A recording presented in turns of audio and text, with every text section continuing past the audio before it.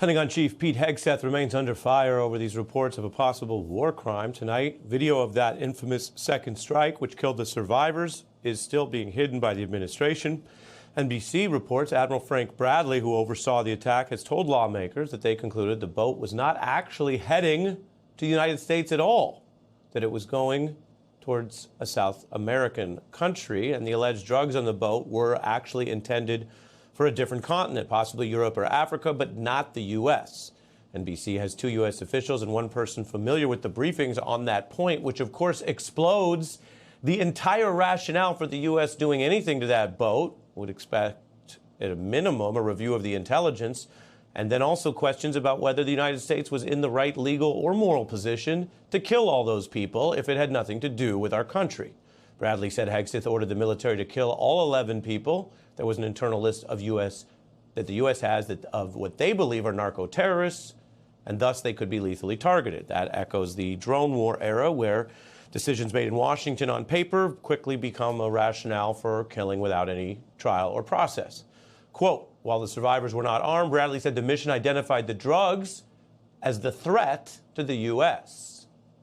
Just imagine how expansive a kill authorization could be if you accept that. This is why we have laws of war, and again, we're not yet at war with this country, but if you can say that drugs, which of course are perhaps sadly trafficked all over the world, are the rationale as the threat, and it doesn't matter whether they're coming to the U.S., and the people on board don't have to be attacking the U.S., but that threat allows you to kill a bunch of people without declaring war or having a trial or doing intelligence, well, that's a license to kill everywhere. The Atlantic also has reporting about the second video. Apparently these lawmakers and a couple service members have been able to see. It discusses footage of the 2 men's desperate final moments, which made some viewers nauseous, leading one to nearly vomit. Again, you don't know until you've seen it how it might feel to watch someone who could be, again, we haven't seen the video, a protected survivor pleading for help, holding wreckage in the ocean, then being blown to smithereens. Hegseth continues to defend the strike using the language of counter-terror, but will not say that what they will do about this video, which, if it is valid or helps their case, you would expect they would want it released. From what I understood then and what I understand now, I fully support that strike. I would have made the same call myself. President Trump said he would have no problem if the full video of the strike is released. When can we see that video? When will you release it? We're reviewing it right now. These are defenses that don't really wash. They release the videos they think help them. They hide the videos that they think hurt them. And then they say that they're reviewing it. I mean, it's all part of one operation, obviously. The hiding leads to the scrutiny and concerns of a cover-up of a war crime alleged. Republicans who viewed the video, we should note, have defended the strike, so there may be some partisan difference there or just a difference on viewing the evidence. There is, however, growing concern. Releasing part of the video, but not the key part, is a strange strategy for them. And now there's a push to have lawmakers with specific orders behind the attacks get the unedited video. Here's Senator Schiff.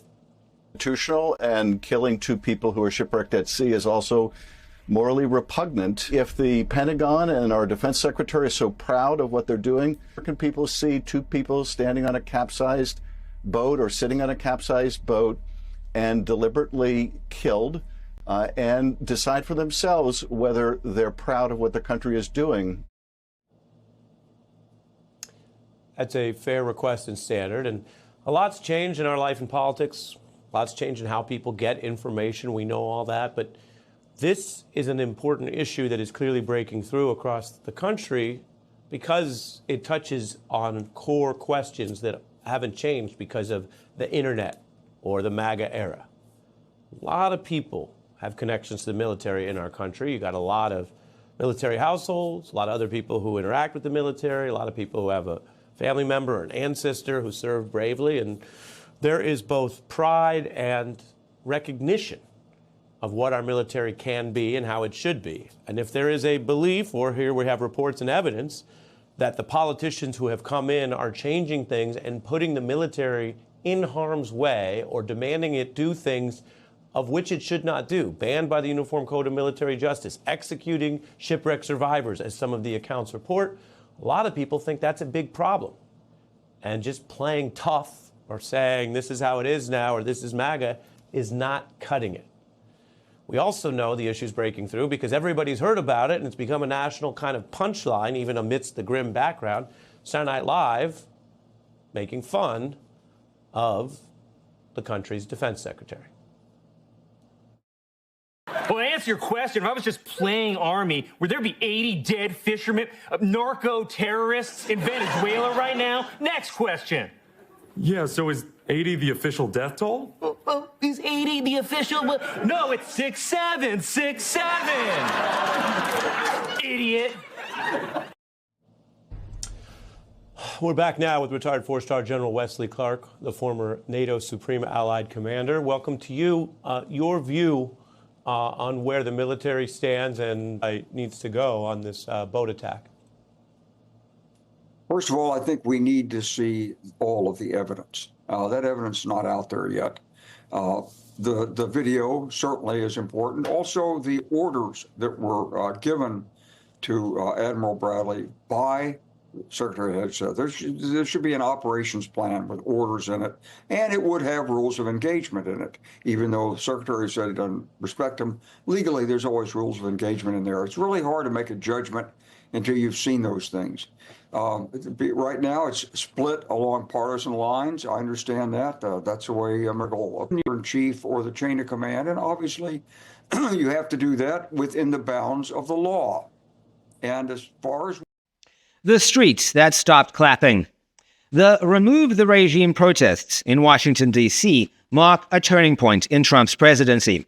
Not because people opposed him, but because the opposition has matured into a mass movement that no longer fears his retaliation. Tens of thousands gathered, not out of partisan loyalty, but out of exhaustion, frustration, and a deep national embarrassment at what the presidency has become. Trump has always fed on fear of immigration, fear of criticism, fear of institutions plotting against him. But these protests carry a different tone. They are not scared of him. They are tired of him. And tired populations are far more dangerous to authoritarian personalities than hostile ones. Hostility energizes Trump. Exhaustion isolates him. The chant, "Remove the regime," is potent, not because it's radical, but because it labels Trump's presidency as illegitimate, in a way that cuts deeper than policy criticism. It frames him not as a leader, but as a distortion, a figure whose continuation in power is not a disagreement, but a danger. And for the first time in years, the protests are not merely reacting to Trump's actions, they are defining the narrative themselves. This terrifies Trump. His dominance depends on controlling the emotional temperature of the country. He must be the center, adored, hated, feared, mocked, but always central. But now, crowds gather without his invitation, without his framing, without his adversarial permission. They define the conflict on their terms. He becomes background noise. For a man whose political power is tied to attention, irrelevance is death. The movement also signals something deeper. The public no longer sees Trump as an exception to the democratic system. They see him as a threat to it. The impeachment calls are symbolic of a wider sentiment, a sense that institutions must be protected from the man leading them. Protesters aren't asking for policy concessions. They are asking for removal. That is the kind of shift no presidency recovers from. For the first time since Trump entered national politics, the streets have stopped clapping. They're not cheering him or jeering him. They're demanding the end of him. And he knows it.